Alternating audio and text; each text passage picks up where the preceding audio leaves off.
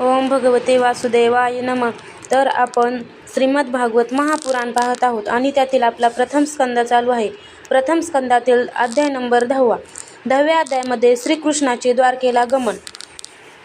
10व्या अध्यायाला सुरुवात करूया. शौनकांनी विचारले, आपले परंपरागत राज्य बळकवण्याची इच्छा असलेल्या आततायींचा नाश करून धार्मिक शिरोमणी महाराज युधिष्ठिरांनी आपल्या बंधूसह कशा प्रकारे राज्य केले आणि कोणकोणती कामे केली.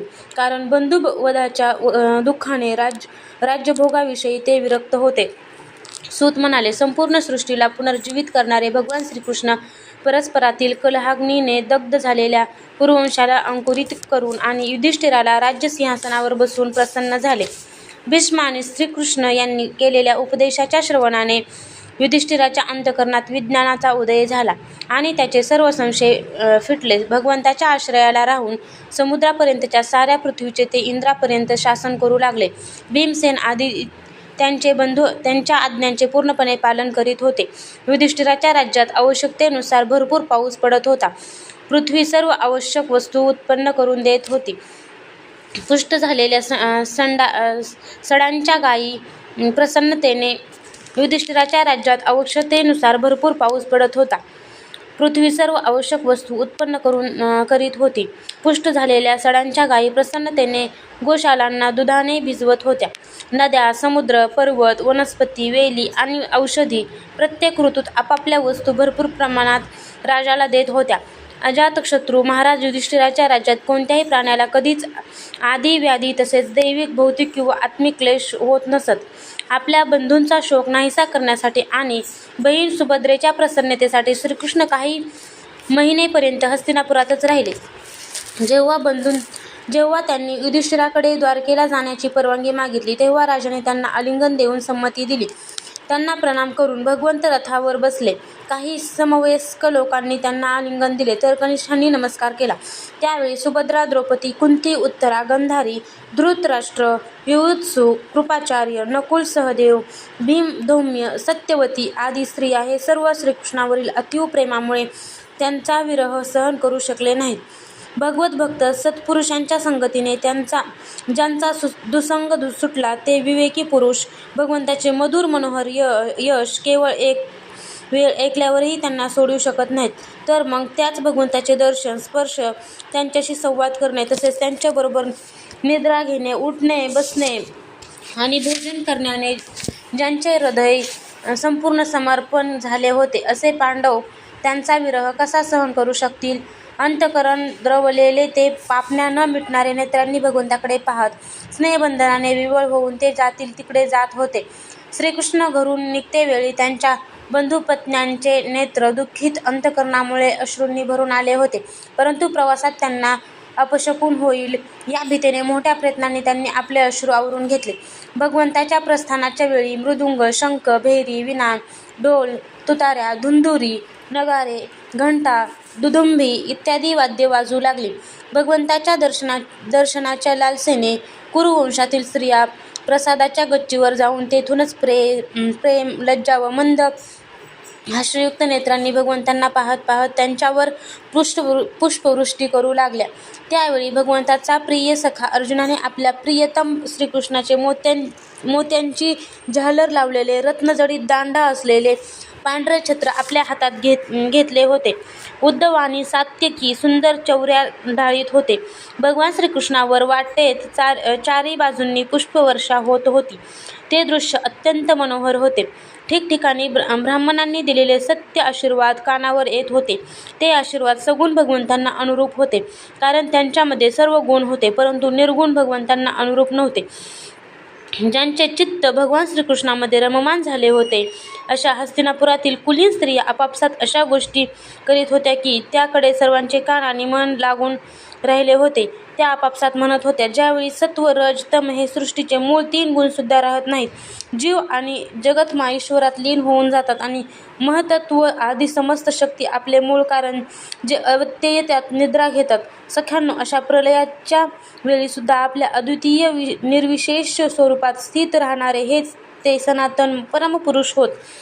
त्यांनीच पुन्हा आपल्या नामरूप परहित स्वरूपात नामरूपाच्या निर्माणाची इच्छा केली आणि त्यांच्याच अंशभूत जीवांना जी मोहात पाडते आणि सृष्टीची रचना करण्यात प्रवृत्त होते, त्यास आपल्या कालशक्तीने प्रेरित केलेल्या प्रकृतीचे अनुसरण केले.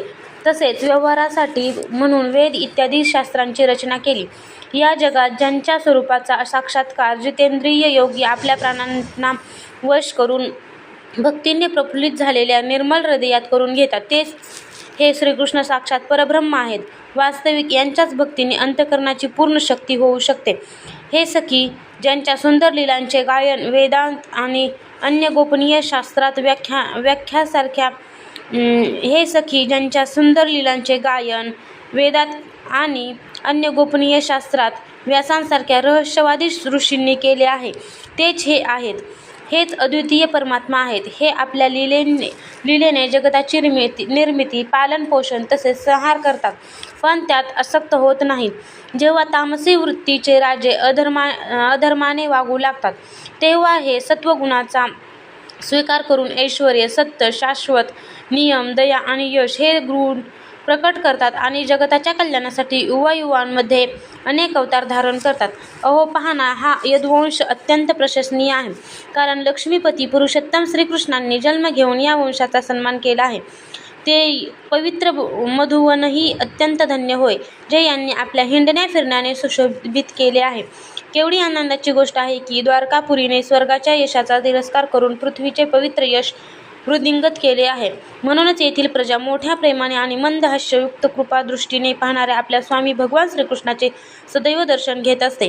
अगं सखी, ज्यांचे यांनी पाणिग्रहण केले आहे, त्या स्त्रियांनी निश्चितच व्रत, स्नान, होम, हवन इत्यादींनी परमात्म्याची आराधना केली असली पाहिजे, कारण ज्यांच्या केवळ स्मरणाने व्रज गोपी आनंद विभोर होऊन मूर्छित होत त्यांच्या अधरामृताने या वारंवार सेवन करतात. स्वयंवरात यांनी शिशुपाल आदी जन्मत्त राजांची मानहानी करून आपल्या बाहुबलाने ज्यांना जिंकून आणले होते, तसेच प्रद्युम्न, सांब, अंब इत्यादी ज्यांचे पुत्र आहेत, त्या रुक्मिणी आदी 8 पटराने आणि भौमासुराला मारून आणलेल्या ज्या हजारो पत्न्या आहेत, त्या खरोखरच धन्य होत, कारण या सगळ्या जणींनी स्वतंत्रता आणि पवित्र यांनी रहित असणाऱ्या स्त्री जीवनास पवित्र आणि उज्ज्वल बनविले आहे. यांच्या महिम्याचे काय वर्णन करावे. यांचे पती साक्षात कमलनयन श्रीकृष्ण प्रिय भाषणाने आणि प्रिय वस्तू देऊन यांच्या हृदयातील प्रेम वृद्धिंगत करीत यांच्या घरातून कधीही दुसरीकडे जात नाहीत. हस्तिनापुरातील स्त्रिया याप्रमाणे वार्तालाप करीत असता श्रीकृष्ण मंद हास्ययुक्त प्रेमळ दृष्टीने त्यांचे अभिनंदन करीत तेथून निघाले. स्नेहभावामुळे अजातशत्रू युधिष्ठिराने रस्त्यात शत्रूने त्यांच्यावर आक्रमण करू नये म्हणून चतुरंग सेना श्रीकृष्णाबरोबर दिली. सदृढ प्रेमबंधनामुळे कुरुवंशी पांडव भगवंतांच्या बरोबर बऱ्याच अंतरापर्यंत आले. ते श्रीकृष्णांच्या विरहामुळे व्याकुळ झाले होते. त्यांना परत पाठवून श्रीकृष्ण सात्यकी, उद्धव आदी मित्रांबरोबर द्वारकेकडे गेले. शौनका ते कुरुंजाडल, पांचाळ, सुरसेन, यमुना तटवर्ती प्रदेश, ब्रह्यवर्त, कुरुक्षेत्र, मत्स्य, सारस्वत आणि मरुध्व देश पार करून सौवीर आणि आभीर देशांच्या पश्चिमेकडील अनर्थ देशात आले. त्यावेळी बरीच वाटचाल झाल्या कारणाने भगवंताच्या रथाचे घोडे थोडेसे थकले होते. मार्गामध्ये ठिकठिकाणी लोक भेटवस्तू देऊन भगवंतांना सन्मान करीत होते. सायंकाळ झाली की रथातून खाली उतरत आणि जलाशयात जाऊन संध्यावंदन करीत. अध्याय 10 समाप्त.